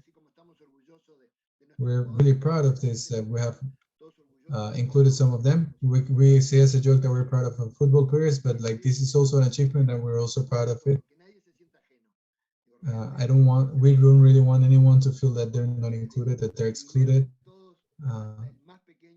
We want even the smallest institution, the smallest organization to feel identified with what we're looking to achieve. And that's mainly our role. That's the role of the Bureau, the league, for everyone, and every single individual is to be part of this chain. I would also like to add, for that general view, to explain that we're actually seeing that change, especially in this pandemic, working on the different factors, with the different associates. Today, this is not only seen with the tourism business, it's also seen with different sectors. This change is rotational. The QUEST certification is being known in more of a general manner that has affected other industries too.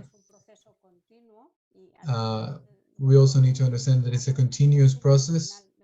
When I do the summary at the end, I would like to mention it once again, is that this certification is not obtained just for 4 years and that's it. It requires a process that includes an evolution of, and as each DMO evolves, and how they follow each process to achieve the certification. There are DMOs that are really small, like Punta del Este. Even though Punta del Este is a really consolidated destination, its DMO is really young. It has a natural process of starting to implement everything they can. Additionally, this certification may seem to be easy to obtain, but it has a long time. It has a long period of time. It's not easy to obtain. There's more than 200, 300 things that have to be presented to obtain this. It has a considerable amount of work, and everything has its own process. It's a continuous process. It's not something that you just obtain and that's it, and it's permanent. No, it's something that has to continue to be working. It has been initialized and it has to be continued. Thank you very much. And I have only two small questions. One is, it looks that from the floor, there are some people who want to apply for UNWTO.QUEST, and they're worried about the human resource. So the question is, in management point of view, do you feel that your human resource needs special qualification for the documentation of UNWTO.QUEST application? Have you done any training for your staff for UNWTO.QUEST program documentation? Have you been facing any language barriers during the certification program? It seems that they want to know if they can apply in their own language, or they have to translate, for example, everything into English or so on. I think Sonia can answer this question herself. Yes, if you don't mind, because I'll keep in Spanish. Yes, please. We have translation. Sí, voy a empezar con la pregunta de Start with the question regarding the language barrier that Professor Cristian we have. The languages we mainly use are Spanish, English, and French, but we understand that like we have more than 200, 300. We understand that not everything can be translated. So what we're trying to include is to a person that understands the language of the destination, for us not to have this work of translating every single process and every single documentation, for it to be easier to obtain the certification. We also need a letter from the WTO for it to actually happen. For us to have a level of for the team to have a level for them to obtain the certification, Graciela could still probably remembers how they did in Punta del Este. Currently, the DMOs that have obtained the certification, they have not needed to create agencies.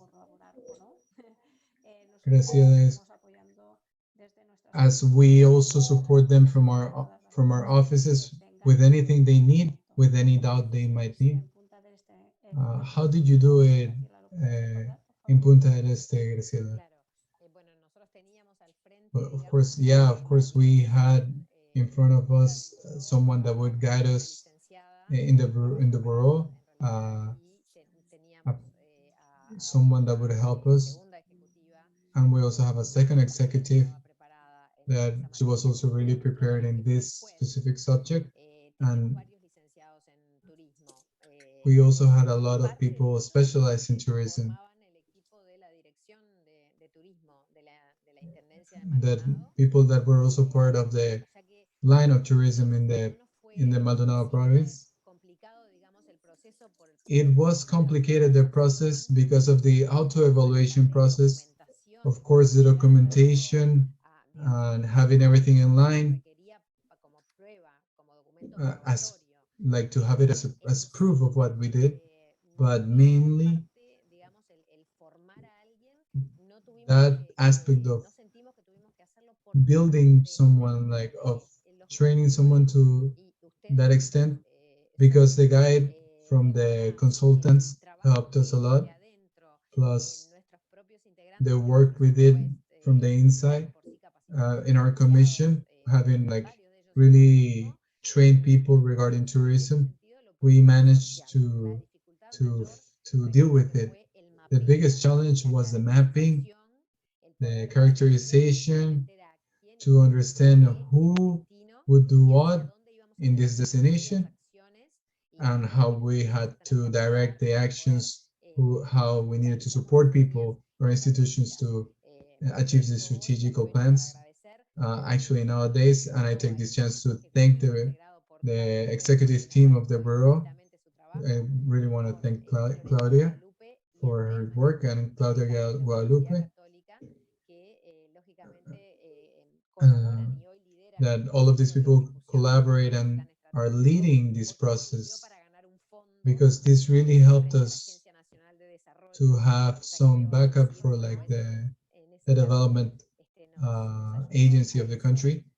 So it really helped us.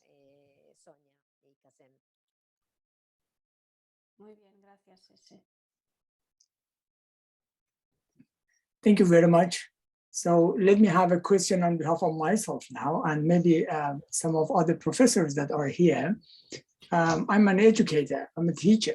So I want to ask you about the capacity of your organization to share your knowledge and expertise with UNWTO.QUEST certification program. So you're the first certified UNWTO.QUEST in the world. So are you willing to accept other DMOs who want to follow you with UNWTO.QUEST certification as trainees? And what is the plan if they are demanding so? Graciela, si me permites, voy a empezar yo. Está haciendo una pregunta sobre he's doing a question about whether you are willing to support other DMOs in the certification process. Sam, I will start answering, because in the process of the QUEST certification, we expect in its evolution tutoring and like having tutors, and of course we would love to have Punta del Este to support us, being one of the first DMO.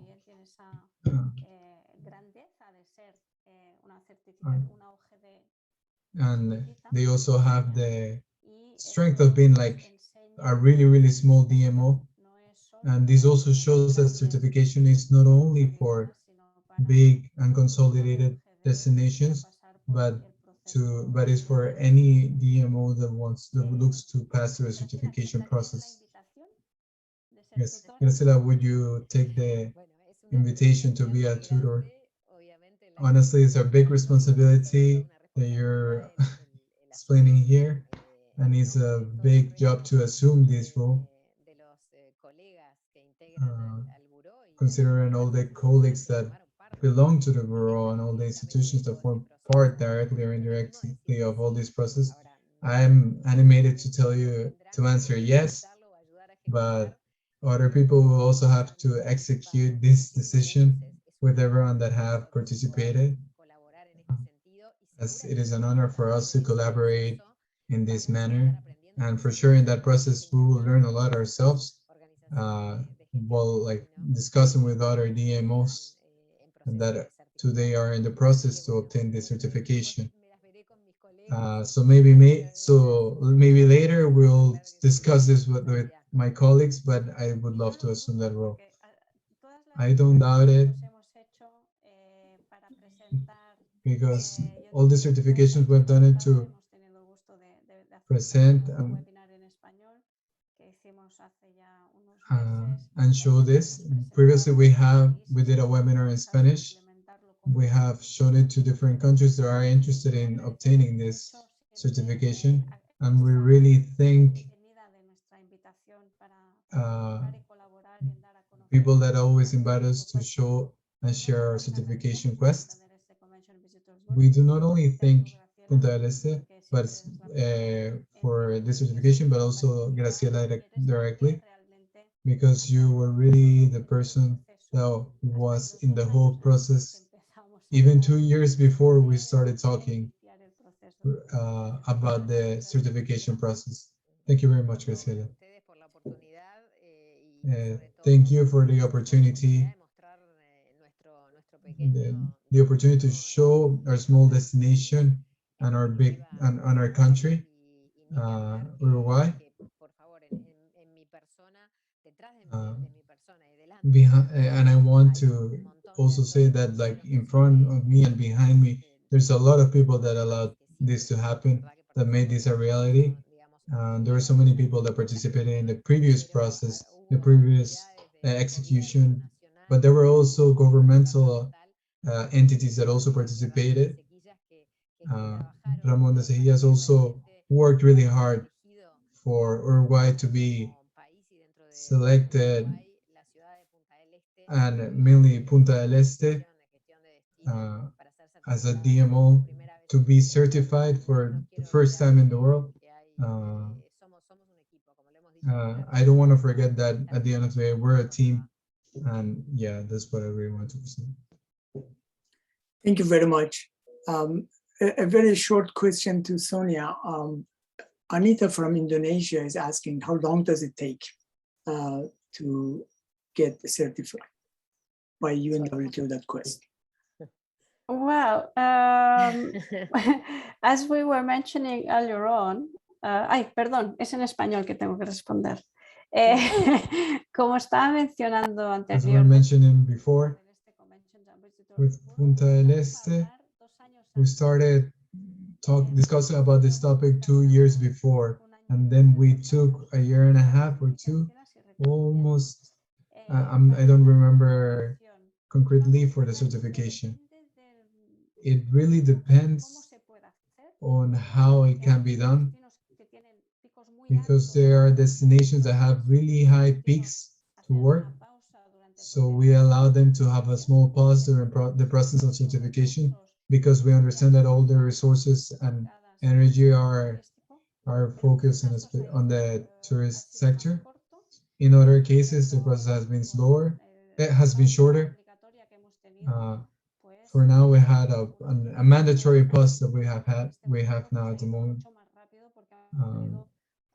But currently, the certification has been way faster, as a lot of DMOs have used all the resources to improve in these specific areas. But normally, it takes between 8 months to 12 months. But as I said before, we of course adapt ourselves regarding the necessities of each DMO. Thank you very much. I would like to ask Professor Jafari if you have any question. You have been very quiet, Jafar, and you are muted. Yes, I came to the webinar to learn from it. I'm not in the position to speak on the subject, and I have learned a lot. I don't have a question. I can tell you that I learned a lot, and I admire the togetherness of the team that have made this certification program possible. Good questions were asked at the end, but I think the answer I would give to those questions is that one should put quality in the center of everything. If any destination wants to become anything or important, it's the quality that matters. And sometimes the quality is sacrificed with some shortcuts, unfortunately. It requires teamwork. No destination can be successful if the team is not working together. The outcome of the best teamwork is hospitality. We should be able to extend hospitality to the tourists. Every country says we have the best of hospitalities, but they fail to present it. Having it is not enough. Presenting it is what matters, and that is the art. that some destinations have developed presenting the hospitality in the cordial manner. And the hospitality that a tourist is looking for is local hospitality by local people. I would feel sort of strange if I come to Uruguay and a bunch of Mexican or American or Canadian waiters or front office managers, etc., are catering to me. Uruguay is missing somehow. I'm there in Uruguay, but I'm not at the same time. So we have to bring the essence of the destination out and make it very special. These are the lessons I learned from what I just heard today. It's all over. And I congratulate your team for advocating, for promoting or introducing the program. And I think Qasim, you mentioned there are 4 DMOs which have got this honor. These 4 DMOs become a sort of training ground for other people. If their models of success are available, then anybody can look at the models and say, well, this is how we go about to apply, and this is what we do to succeed, etc. And being a professor myself, like you, Qasim, and there are some other professors over there, no destination would succeed without development of human resources. Education and training is extremely important, and retraining and re-educating. What we have taught before to our students before coronavirus is outdated. The priorities of the local people, of the host, of the guests, of the tourists, everybody has changed. The concerns are different than 2 years ago. They have brand new concerns. Safety, security, sanitation has become super important. And fortunately, WTO and WHO are working together. And this would help having safer destinations available to the tourists. I'm a cultural anthropologist, and to me, no destination can be successful unless the host is happy. If the host is not happy with what is happening at the destination, that destination would not have the quality that it wants to have. So we have to have the local people take ownership of what they are doing to present what they have with pride. And we should be also concerned about their tolerance. Every destination can accept so much tourists. You remember before coronavirus, there were some destinations which were suffering from over-tourism. And I hope we don't make that mistake again, going for changing quality for quantity. Quantity is not the right recipe. Quality is the right recipe. So I learned a lot. These are, I'm repeating what you told me. I'm repackaging it differently, but quality is in the center, community is the center, hospitality is in the center. And thank you very much for giving the microphone to me for a few minutes. Thank you, Jafar. And now it's Sonia's turn to wrap it up, everything. And we are pretty much waiting for Sonia's conclusion. Thank you very much, Kazem, and thank you very much, Jafar. Me gustaría... You're mute. No sé qué pasó, se muteó. ¿Se me vuelve a escuchar? Gracias. Quisiera recordar un par de frases. Would like to go back to some phrases that we heard in these presentations. One that Graciela explained before, that the ideal model is constructed ideally sustainably, like Graciela explained before. What allowed the certification quest previously they would copy other DMO models that they would think that were perfect. But we're seeing nowadays that like copy pasting does not really work. What is necessary is to build your own model, like Graciela explained before. and based on professionalization. Because there's a lot of intuition. When a destination works and is growing naturally, it practically grows naturally. So people start like working intuitively, and but professionalization allows to not only to include more local people in a better way, but we also try to, it helps us to show that the local people are happy and show that to the tourists, making it more sustainable for everyone, not just for a few people that are the tourists, and creating this and allowing to create the ideal place for the destination itself. We can see this with the DMOs,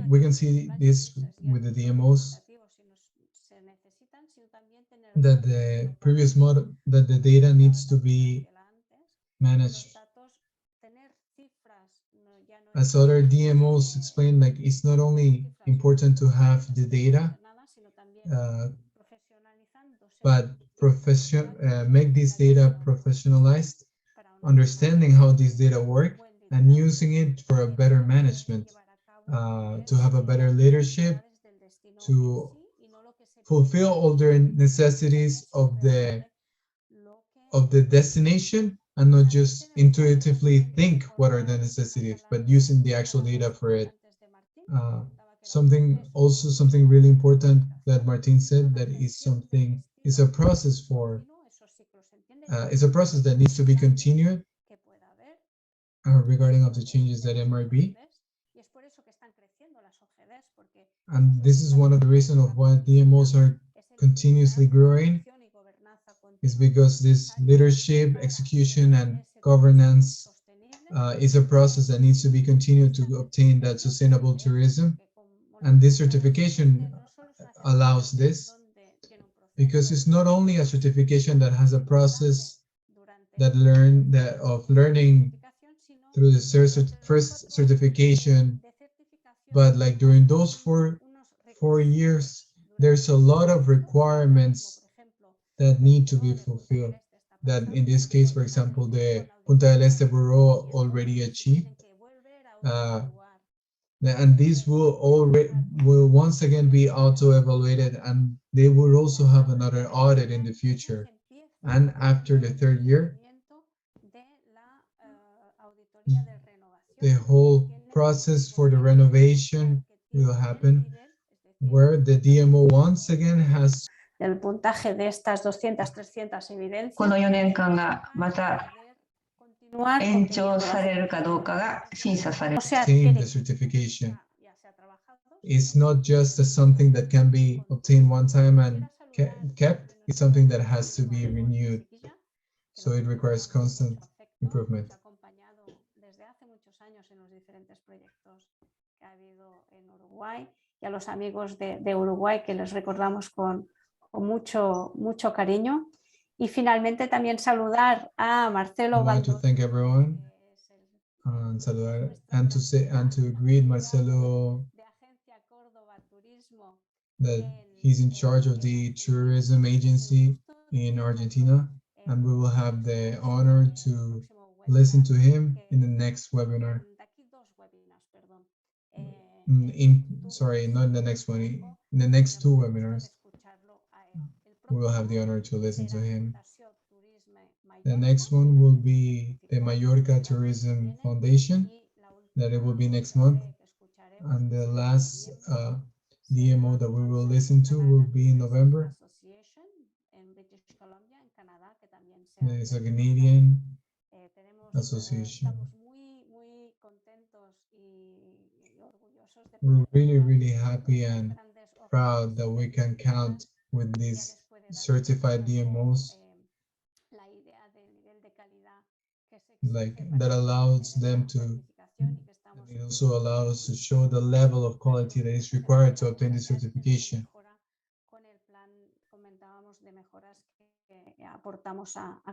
Really glad that we can show that these DMOs are looking to improve constantly in their plan. I will never thank you enough for giving us the floor, for presenting UNWTO.QUEST, and also allowing each DMO to present their work with the certification and what they are currently doing for their tourism destination. Arigatou gozaimasu. Arigato. Thank you, Sonia. Thank you very much. And I just want to emphasize again that the recordings of these webinar series are available for everybody in our SCoT YouTube channel. So the last and the first DMO series is already there, that you can see how Sonia and Patricia Carmona, that she is very quiet today, but she is with us from the beginning. They presented all you need to know about DMO certification and UNWTO.QUEST. And this was the first example. I recall Professor Jafari's bridging practice and theory.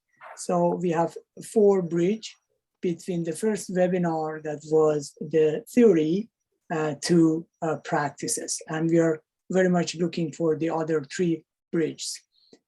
Thank you very much, all of you. We went much over the time. I would like to especially thank our translators, Ms. Imai and Mr. Daniel Rosero. They did a wonderful job, and they opened our eyes and ears to Spanish, and they encouraged us a lot to learn Spanish. I myself, I will try my do my best.